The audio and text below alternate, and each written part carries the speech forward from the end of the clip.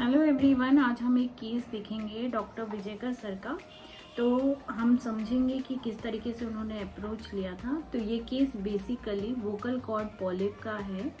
तो चलो शुरू करते हैं केस और उसका अंडरस्टैंडिंग, उस सर ने क्या दवाई दिया था और क्या रिजल्ट रहा। तो ये पूरा वीडियो लास्ट तक ज़रूर देखना, ठीक है।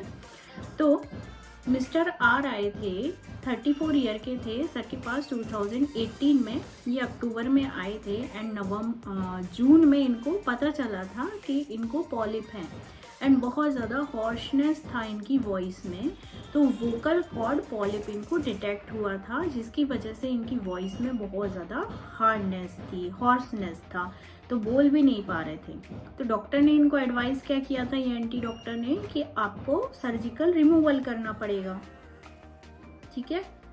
फिर क्या हुआ, ड्यू टू हॉर्सनेस और डिफ़िकल्टी की वजह से वो बात भी नहीं कर पा रहे थे। तो सर को उन्होंने जो भी केस दिया है वो रिटन में दिया, बोल के नहीं बता पाए वो।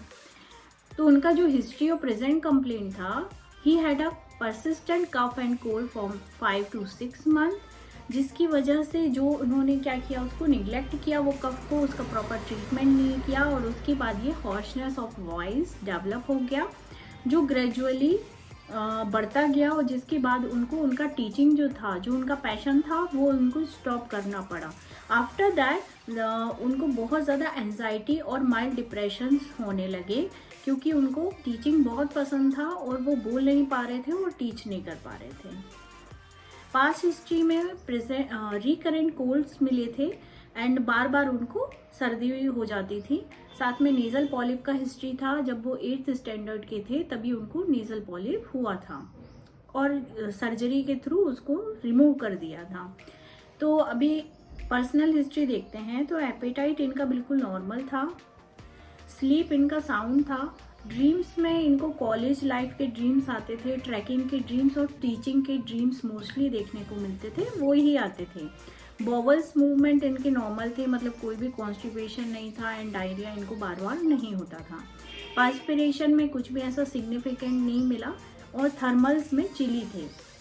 अब इनका लाइफ स्पेस देखते हैं। तो ये ज्वाइंट फैमिली में रहते थे अपने पेरेंट्स के साथ, brother, sister in law and wife and daughter. तो इनको स्पोर्ट्स में भी बहुत ज़्यादा शौक था, working out and physical activities भी बहुत ज़्यादा करते थे। He does not lot of social service. उन्होंने ना बहुत सारी सोशल सर्विसेज की थी, इनफैक्ट उन्होंने डोनेशंस भी किए थे, ब्लड डोनेशन किया था एंड इनको साइट ऑफ ब्लड से ब्लड देखते थे तो फेंट हो जाते थे, मतलब इतना फोबिया भी था ब्लड से, बट फिर भी इन्होंने डोनेशन किए, मतलब लोगों के लिए ये हेल्पफुल थे एंड बहुत ज़्यादा मदद करते थे। सो ही इज़ अ टीचर, और जब वो टीचिंग करते थे 6 to 7 hours अ डे वो पढ़ाते थे and never had any problem. उनको कोई भी प्रॉब्लम नहीं होता था 6 से 7 घंटे पढ़ाने के बाद। But now he feel bad, he is unable to teach. He is so passionated about teaching that is so many hours वो लगातार पढ़ा लेते थे एंड स्पेशल क्लासेस भी लेते थे स्टूडेंट की। बट नाउ वो कुछ भी नहीं कर पा रहे and so he is very depressed. वो ओल्ड एज होम्स जाते थे एंड बहुत ज़्यादा हेल्प करते थे लोगों का, हमेशा पूछते थे कि यदि, बोलते थे उनका क्या सोचना था कि यदि मेरे पास कुछ अच्छा है तो मुझे सोसाइटी को देना चाहिए। I have got the best from the society when to give back, ये उनके वर्ड्स थे। प्रिंसिपल जो थे वो भी उनकी बहुत ज़्यादा प्रशंसा करते थे उनके स्कूल के। So he says that the patient is very good at his job and college also. Patient can't see blood, but वो फैंट हो जाते थे, इनफैक्ट टीवी पे भी नहीं देख पाते थे, बट फिर भी उन्होंने 20 to 25 टाइम्स ब्लड डोनेट किया। He has stopped eating meat because of non violence, want even to his daughter to be used to the nation. As a child, he was a mischievous, impatient और mixed well with people. तो अभी analysis किया sir ने, क्या देखा कि उनके अंदर के जो जनरल्स थे, मेंटल जनरल्स थे, तो सबसे पहली चीज सर ने ऑब्जर्व किया that is a benevolence. Because वो छोटी छोटी बातों पे या लोगों को बहुत ज़्यादा देना चाहते थे, लोगों की हेल्प करना चाहते थे, तो this is a benevolence. Second thing is a passionate. 6 to 7 hours वो पढ़ाते थे एंड उनकी वॉइस में कोई प्रॉब्लम नहीं होता, उनको कोई प्रॉब्लम नहीं होता था। नहीं तो लोग थक जाते हैं जस्ट 1 आवर्स ही बोल के या पढ़ा के। तो दिस इज़ अ पैशन, वो बहुत ज़्यादा पैशनेट थे, इसलिए उनको एंजाइटी एंड डिप्रेशन भी आया। Second thing is a extroverted, जो भी था वो बोल देते थे।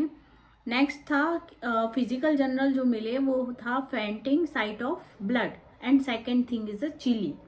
और पर्टिकुलर सिम्टम क्या है? पॉलिप। तो उनको फॉस्फोरस 200 दिया गया था, सिंगल डोज दिया फॉस्फोरस 200 का। आफ्टर दैट वो जो इन बातों पे मतलब नक्स वोमिका से नक्स वोमिका भी आ रहा था। ये दोनों फॉस्फोरस और नक्स वोमिका बहुत क्लोज चल रहे थे, बट नक्स वोमिका का बहुत ज़्यादा एंग्री कॉन्स्टिट्यूशन होता है एंड वो भी बहुत ज़्यादा पैशनेट होता है, बट एम्बिशियस होता है नक्स। और फॉस्फोरस पैशनेट होता है ना, अफेक्शनेट में है phosphorus. So this is a differentiation between nux and phos. तो सर ने उसको फॉस्फोरस 200 दिया। तो ये 18/9/18 को जब वो सर के पास आए थे तब उनको दिया था। तो आफ्टर दैट उनका स्पीच बेटर हो गया और वो थोड़ा थोड़ा बोलने लगे एंड क्लासेस लेने लगे। आफ्टर नेक्स्ट मंथ 3/10/18 वो आइसक्रीम वगैरह भी खाने से उनका थोड़ा सा कफ बढ़ जाता था, बट वो टेकिंग कोल्ड थिंग्स लेते थे। तो वो सिर्फ एसएल पे थे, सर ने कोई भी मेडिसिन रिपीट नहीं किया। 19/10/18 वो बेटर हो गए, मूड भी उनका बेटर हो गया एंड वो बहुत ज़्यादा अच्छे से हैप्पी रहने लगे। And 2 months after he is taking classes for 4 to 5 hours, there are no hoarseness. तो फिर क्या किया सर ने ना, आफ्टर अ मंथ सर ने उसको रिफर किया ENT सर्जन के पास, who repeated the laryngoscopy and was happy to see that the polyp has completely regressed. The ENT surgeon personally called and expression his appreciation कि ऐसा कैसे हो गया। Polyps जो होते हैं सर्जिकल, वो बेसिकली स्टेरॉइड से ठीक हो सकते हैं, अदरवाइज वो ठीक ही नहीं होते हैं। ओके, सो यहाँ पर वो चीज़ पूरे तरीके से ठीक हुआ। मैं दिखाती हूँ वो सर्जन ने क्या बोला। These are the words of surgeon. He says the polyp size is reduced, जो कि will not reduce with any medicine, include steroid, but now it's completely regressed. Look at this. There are no polyp. So this is a very nice case of hoarseness of voice and vocal cord polyp.